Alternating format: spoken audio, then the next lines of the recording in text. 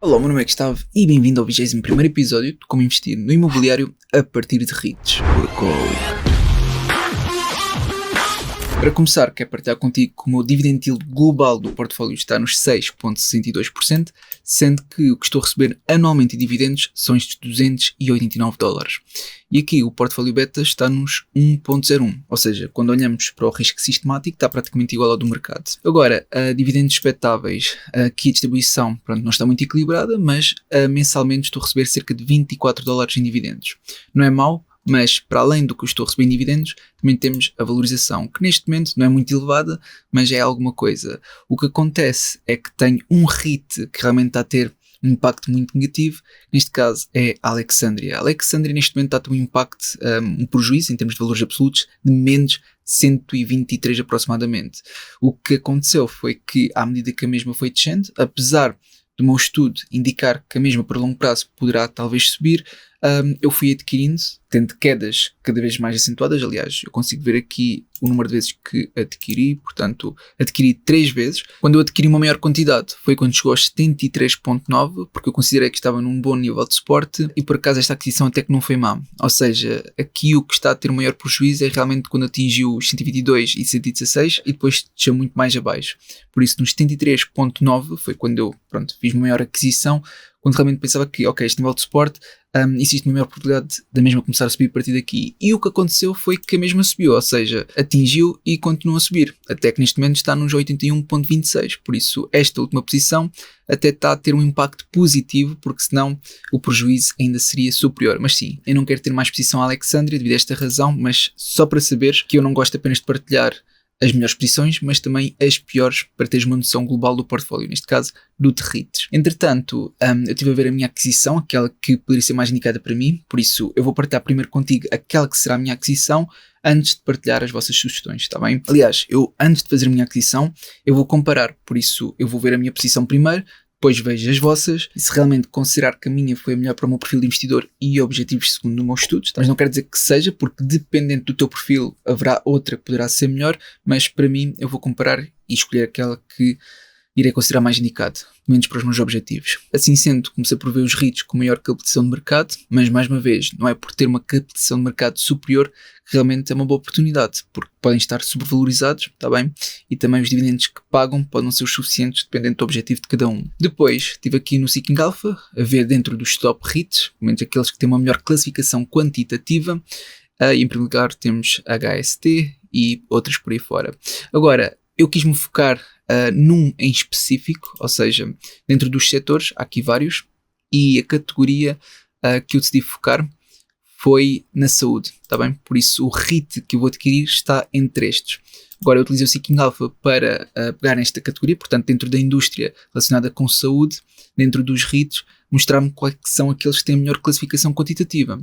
Por isso houveram aqui vários que se destacaram. Portanto, eu foquei principalmente nos que estão a verde, sendo que temos, por exemplo, a CTRE, que está a ter um desempenho muito bom. Repara, a CTRE está praticamente a fazer máximos absolutos. E estando no setor de saúde e ter estado continuamente a subir, estando neste setor, onde até há bastante cepticismo, seja em REITs ou ações individuais, não REITs, porque o setor até tem tido recentemente um mau desempenho, como sabem, e esta contínua subida que este REIT tem estado a ter, apesar de estar neste setor, maioritariamente tem estado em queda, por isso nós conseguimos ver várias ações e REITs que também caíram dentro deste setor, mas este tem estado continuamente a subir. Por isso o que eu quero dizer é que, apesar de estarmos aqui agora a focar no setor da saúde, não quer dizer que não se encontre oportunidades, e é exatamente isso que eu quero fazer, encontrar uma oportunidade dentro deste setor.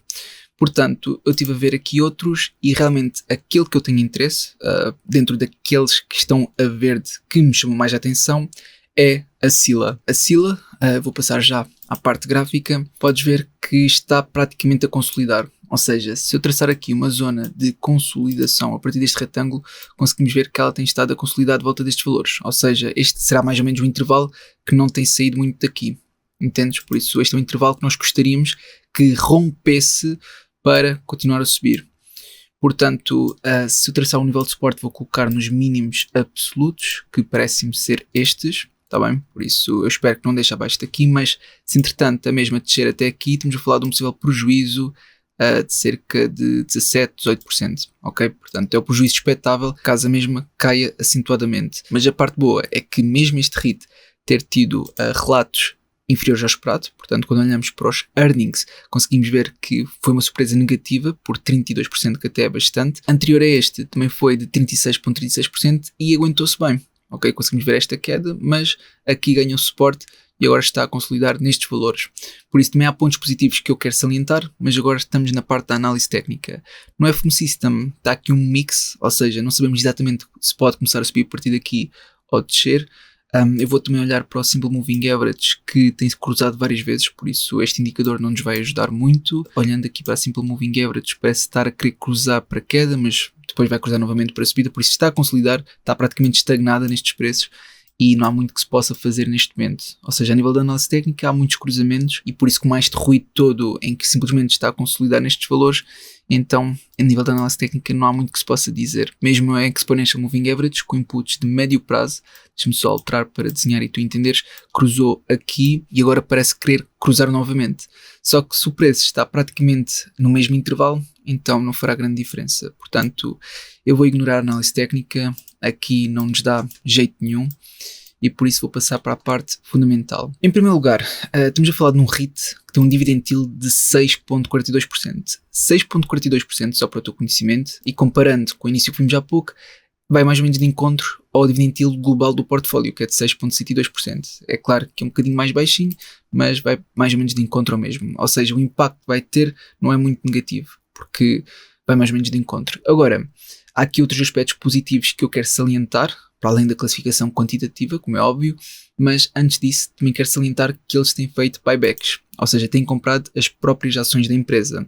Isso é algo positivo, entendes? Ou seja, tu consegues ver desde junho de 2022 até junho de 2025 esta compra, para além deles terem anunciado em 2024 que iriam continuar. Desculpa lá que agora não consigo tirar isto daqui, mas sim, a notícia que está atrás, ok, afinal dá para tirar, peço desculpa, então, aqui é que não aparece um X, não sei porquê, mas sim, eles anunciaram, tal como podes ver, a compra de ações da empresa, está bem? Isto aqui, se tu não souberes o modelo do Economic Value Added, isto permite acrescentar valor à empresa e aumentar o earnings per share, está bem? Por isso, tu quando compras ações próprias da empresa, permite aumentar o earnings per share, que é um aspecto positivo, e se eles fizerem esta recompra ao longo de vários anos, então não só tem um dividend yield que é elevado, na minha opinião, que para além podem valorizar porque isto pode ajudar. É claro que a cereja no topo do bolo é se eles realmente conseguissem ter relatos, ou seja, earnings superior ao que é esperado. Infelizmente, nos últimos earnings tem sido tudo inferior, está bem? Mas se eles realmente conseguirem ter earnings superiores ao esperado, então pode ser que a mesma rompa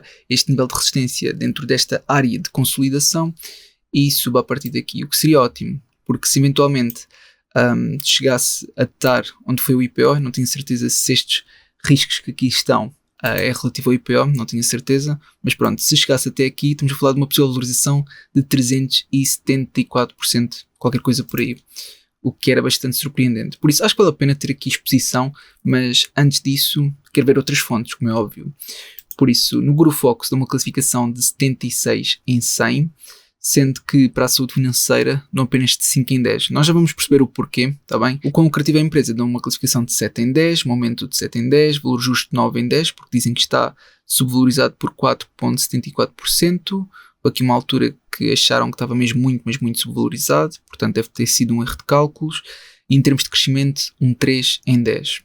Muito bem. Antes de passar agora ao fim do box, deixa-me só mostrar-te que este REIT, que na minha opinião tem uma captação de mercado pequena, e aliás conseguimos comprovar por aqui, em termos de peso na carteira dos investidores, é muito pouca. Portanto, são poucos investidores que têm este REIT na carteira. Por isso vamos procurar, vou escrever aqui Sila, e podemos ver que está no lugar 92. Por isso, apenas 0,93% dos investidores, que investem em REITs, têm este REIT na carteira. Um REIT relacionado com saúde e com captação de mercado pequena. Muito bem, isto era só para a tua informação, está bem? Uma curiosidade que acho sempre interessante. Agora aqui no Finbox, os multiples que eu vou utilizar é com base nos dividendos, por isso Price to FFO e DDM Stable Growth. Por isso, estes dois para os REITs são para mim os essenciais. Assim sendo, com base no Price to FFO, que é um múltiplo, então uma possível valorização de 7,4%, sendo que compara com REITs como LTC, que já foi adquirida no passado, OHI e por aí fora. Se olhamos para o DDM, que é o Dividend Discount Model Stable Growth, uma possível desvalorização de 16,5%. Agora passamos para o Simple Wall Street, em que a avaliação danos, que está subvalorizado por 62,2%. Aliás, na parte global da empresa, dentro dos riscos que eles apontam, é que eles indicam que tem dividendos instáveis, mas nós depois já podemos passar essa parte. Pronto, avaliação subvalorizado por 62,2%, que na minha opinião eles estão a exagerar. Crescimento futuro. Aqui é a parte que mais me preocupa, deixa lá ver. Então, projeções anuais para o crescimento dos earnings está abaixo do mercado e da indústria, e as projeções anuais para o crescimento dos rendimentos está abaixo da indústria e do mercado, mas também não está muito distante, está próximo até do mercado, por isso até está aceitável. Pronto, agora para a saúde financeira, tem ativos correntes superiores aos passivos correntes, ambos são muito pequenos comparativamente aos não correntes, por isso ativos não correntes muito superiores aos passivos não correntes, mas realmente eu nem sequer consigo ver os passivos correntes. Por isso tem ativos correntes superiores aos passivos correntes, mas em pouca quantidade quando olhamos para os ativos no total. Agora, Debt to Equity. Houve aqui uma altura mais complicada, a 30 de setembro de 2019, mas eles recuperaram desta situação, até porque conseguiram descer bastante o endividamento. Deixa-me lá ver, a 30 de setembro de 2021. Depois o que aconteceu foi conseguir mais ou menos estabilizar o endividamento, mas os capitais próprios parecem estar a diminuir, tal como podes ver aqui. Por isso, o Debt to Equity neste momento está nos 42,9%, que na minha opinião até é bastante aceitável. Depois, vamos ver em termos de dividendos. Aqui conseguimos ver tanto em termos de buyback, dividend yield, conseguimos ver o histórico do pagamento dos dividendos. Por isso, o dividend yield que estava em 2024 foi de cerca de 7%, aproximadamente isto. Entretanto, agora está nos 6,4%. Ou seja, o que aconteceu foi que eles aumentaram os seus dividendos. Por isso, até agora estou a ver algo mais positivo do que negativo.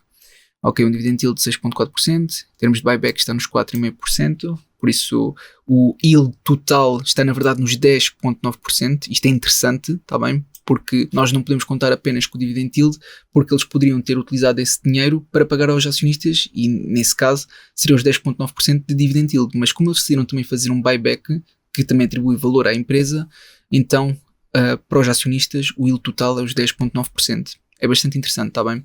Temos que ter isto em consideração. Eu depois eu se calhar passo agora, já que estou a pegar nisto, e passo para o Seeking Alpha e vejo mais informações relativamente aos dividendos. Por isso, segurança dos dividendos. Aliás, antes ainda de passar a segurança dos dividendos, podemos ver que em termos de crescimento está em 0 anos, também é um REIT recente, eu acho que é por isso que não mostra dados corretos, porque eles decidiram aumentar, a não ser que tenha havido aqui um intervalo em que não me pagaram, deixa-me lá ver, porque houve aqui qualquer coisa que parece um intervalo superior ao normal, mas não, eu acho que até está ok porque passa de um ano para o outro, por isso se calhar é só falta de dados por parte do Seeking Alpha. De qualquer modo, aqui diz o Payout Ratio, mas eu quero ter atenção ao AFFO Payout Ratio, que diz o próximo pagamento dos dividendos que será dia 4 de setembro, portanto quando publicar este vídeo já passou. Aliás, independentemente se já tinha passado ou não, é irrelevante, porque o que interessa é o ex-dividend date, que neste caso é 21 de agosto, que nem eu vou ter tempo de adquirir. Por isso eu tenho que olhar para os dividendos daqui a 3 meses e será a 21 de novembro aproximadamente. Por isso dá mais que tempo para adquirir este REIT e receber os próximos dividendos. Agora, em termos de dividend safety, olhar para o FFO Payout Ratio. O FFO está bastante aceitável, de encontro à mediana do setor, abaixo dos 80%. Em termos de Total Debt to Equity, está nos 45,94%. Só confirmar no Simple Wall Street, que está mais ou menos o que nos indicaram. Por isso, aqui a saúde financeira, 42,9%. Pronto, está mais ou menos de encontro àquilo que foi indicado. Por isso, nos 40 e poucos. Agora, voltando ao Seeking Alpha, em termos de interest coverage, também está superior à mediana do setor e razoavelmente aceitável. Pronto, aproveito e vejo também a avaliação. Aqui em termos de price value to EBITDA e EBIT está inferior à mediana do setor. Price to sales é que não está assim tão positivo como gostaríamos de ver, mas se olharmos para o preço de mercado comparativamente ao valor contabilístico, até está muito aceitável, ou seja, o preço que eu estou agora a adquirir este REIT é praticamente ao valor contabilístico, o que é bom por um lado, mas pode ser mau por outro, porque se tiverem a associar que a empresa tem pouco potencial de crescimento, então já justifica o facto do preço de mercado estar quase igual ao preço contabilístico. Pronto, agora olhando para o crescimento, vamos lá ver, temos pouca informação aqui, deixa-me lá ver o que é que podemos destacar. O crescimento do cash flow operacional está inferior à média do setor, o que é um aspecto negativo. O crescimento dos dividendos está bom, mas só que isto não conta porque eles subiram bastante de um ano para o outro, por isso não vou olhar para aquilo. O crescimento do EBITDA está inferior à média do setor, infelizmente. O crescimento do EBIT também está inferior à média do setor, por isso em termos de crescimento eles parecem estar maioritariamente negativos. O crescimento dos rendimentos já está mais de encontro à média do setor, mas mais para o negativo, especialmente year over year. Mas se olharmos para o return on equity, realmente conseguimos entender que está muito superior à média do setor year over year. Por isso aqui no return on equity é um aspecto positivo. Por isso nem tudo é mau em termos de crescimento. Agora, o quão lucrativa é a empresa? Margem de EBITDA está superior à média do setor. Margem de EBIT também está superior à média do setor. Se olhar mais para baixo, margem do resultado bruto, ok, superior. Pronto, também, neste caso, o que tenho mais interesse é saber a margem de EBIT que está como está. Por isso, 45,86% superior à média do setor. Agora, eu também gostaria de ver margem do resultado líquido que também é superior à média do setor. Portanto, temos aqui alguns aspectos positivos e agora basta olhar para o Return on Assets, Return on Capital e Return on Equity para entender que está mais ou menos de encontro à média do setor. Por isso não há nada aqui que possa realmente me surpreender dentro destes resultados que utilizam a margem.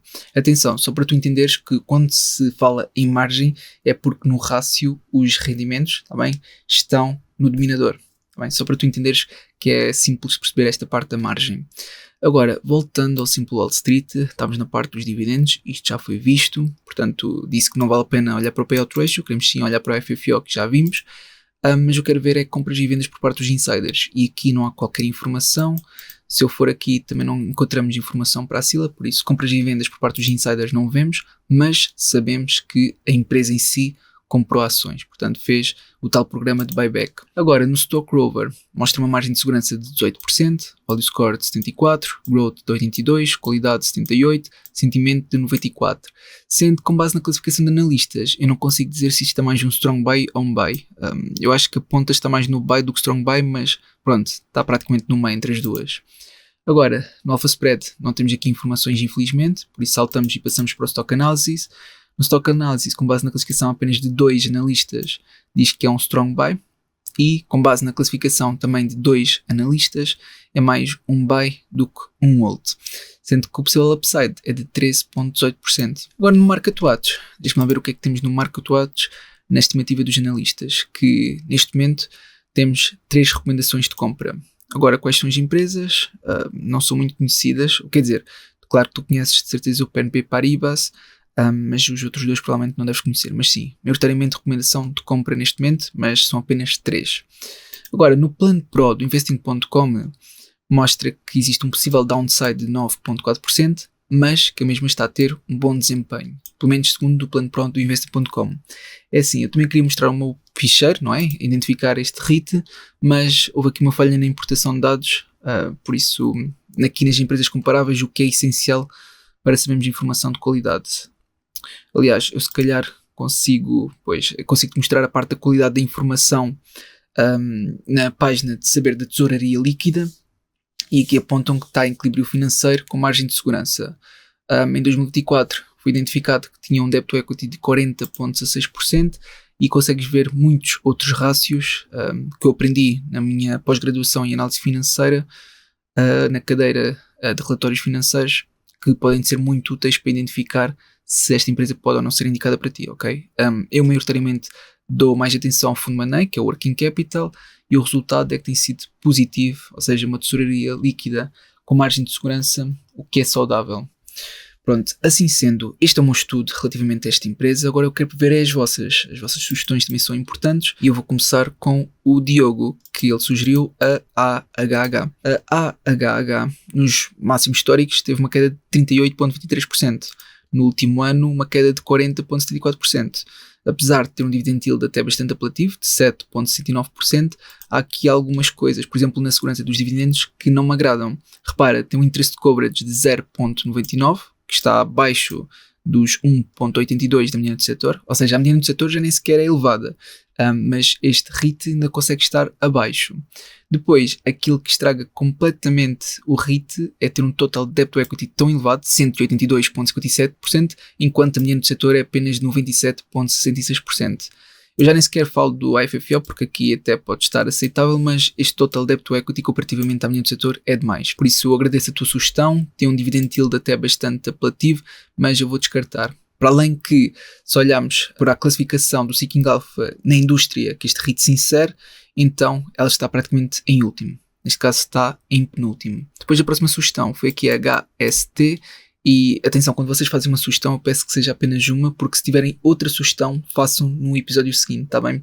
Dá muito mais jeito a fazer uma sugestão por comentário para identificar também a pessoa e ser mais simples para mim. Porque imaginemos que algum comentário, estaria disposto a dar uma lista de REITs para eu ver, eu não posso fazer, tá bem? Por isso, vamos tentar que seja uma sugestão por pessoa. Pronto, agora, HST. HST teve uma queda apenas de 1,33% no último ano. Se olhamos para os máximos históricos, na verdade valorizou 53,29%, mas conseguimos ver que isto foi desde 1995, ou seja, ela tem estado praticamente a oscilar nestes valores. Não houve aqui um crescimento contínuo. Este é um REIT que eu já adquiri no passado, acho que é um REIT bastante interessante, está em primeiro lugar no setor e também da indústria. Agora, quais são aspectos que podem ser mais negativos? Em termos de segurança dos dividendos, etc., já foi visto no passado que está aceitável, mas repara que a mesma teve aqui uma boa valorização, ok? Ou seja, desde que eu adquiri até agora, ela teve esta subida e eu acredito que poderá haver talvez melhores oportunidades para o meu perfil de investidor e objetivos. Tu deverás fazer o teu próprio estudo, mas neste caso, como eu também já adquiri no passado e foi valores inferiores e estou atento também a outras, pode ser que neste momento haja uma opção melhor, como foi aquela que eu mostrei há bocado. Pronto, agora passamos para a sugestão seguinte, que a próxima sugestão foi a PSA. A PSA está aqui, que é Public Storage. Podemos ver que tem um dividend yield não muito apelativo, apenas de 4,07%. Eu penso que o mínimo dividend yield que eu aceito nesta série é apenas 3%, por isso este aqui tem um dividend yield de apenas 1% superior, mas isto até se justificava se tivesse um potencial de crescimento gigante, o que eu acredito não seja o caso. No último ano teve uma desvalorização de 14,70%, nos últimos 5 anos valorizou 36% e nos últimos 10 uma valorização de 44%. Se olhamos para os máximos, valorizou mesmo muito, 1867%, e já existe, pelo menos com base nos dados do Seeking Alpha, desde 1995. É claro que a empresa pode ter sido criada e sido pública antes, mas eu acho que o Seeking Alpha só vai até 1995. Pronto, mesmo na segurança dos dividendos, acho que é bastante aceitável. Repara, tem um interest coverage muito superior à mediana do setor, por isso eu, se não me engano, sincero, no mesmo setor daquele que vimos já há bocado, porque pelo menos a mediana do setor parece ser a mesma, mas aqui o interest coverage é mesmo muito, mas muito superior. O total debt to equity está praticamente em contra a mediana do setor, que é aceitável, e um IFFO payout ratio também aceitável. Agora, deixa-me lá ver se eu consigo mostrar o gráfico. PSA está aqui, por isso já tinha sido visto no passado. Pronto, eu não tracei aqui um nível de suporte, mas idealmente eu gostaria de adquirir a níveis inferiores. Mas eu até acho que a sugestão foi boa, tá bem? Porque se olharmos como ela tem estado, ela é até mais ou menos um REIT estável, ou seja, tem estado muito próximo deste SMMA e quando desce um pouco, às vezes consegue depois subir e mostrar o contínuo crescimento que realmente queremos ver, tá bem? Por isso é isso que tem estado a acontecer no passado e é isso que pode voltar a acontecer. Por isso a sugestão em si foi boa, mas eu vou só aguardar mais um pouco para ver se a mesma pode cair.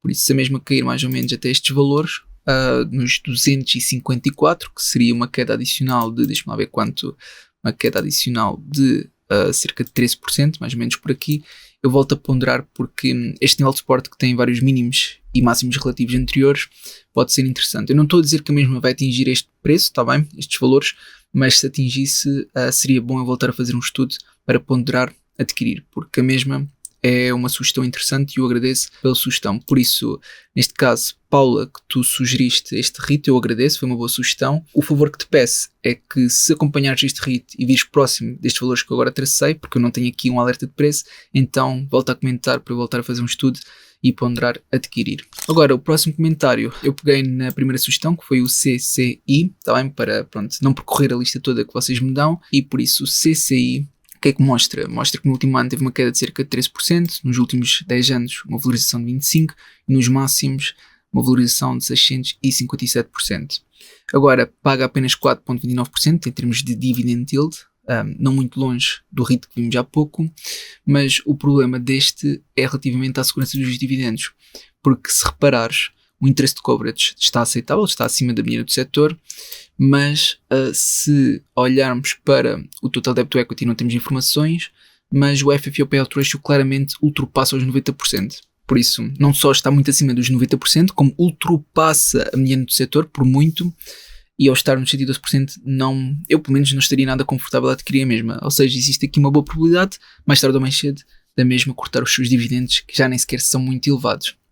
Por isso, há aqui vários pontos negativos, para além que a classificação quantitativa do Seeking Alpha não é mais favorável, tal como podes ver aqui pelas classificações. Por isso, este REIT eu vou ter que descartar, eu agradeço na mesma, mas eu vou ter que continuar pela opção que vai ser a Sila, está bem?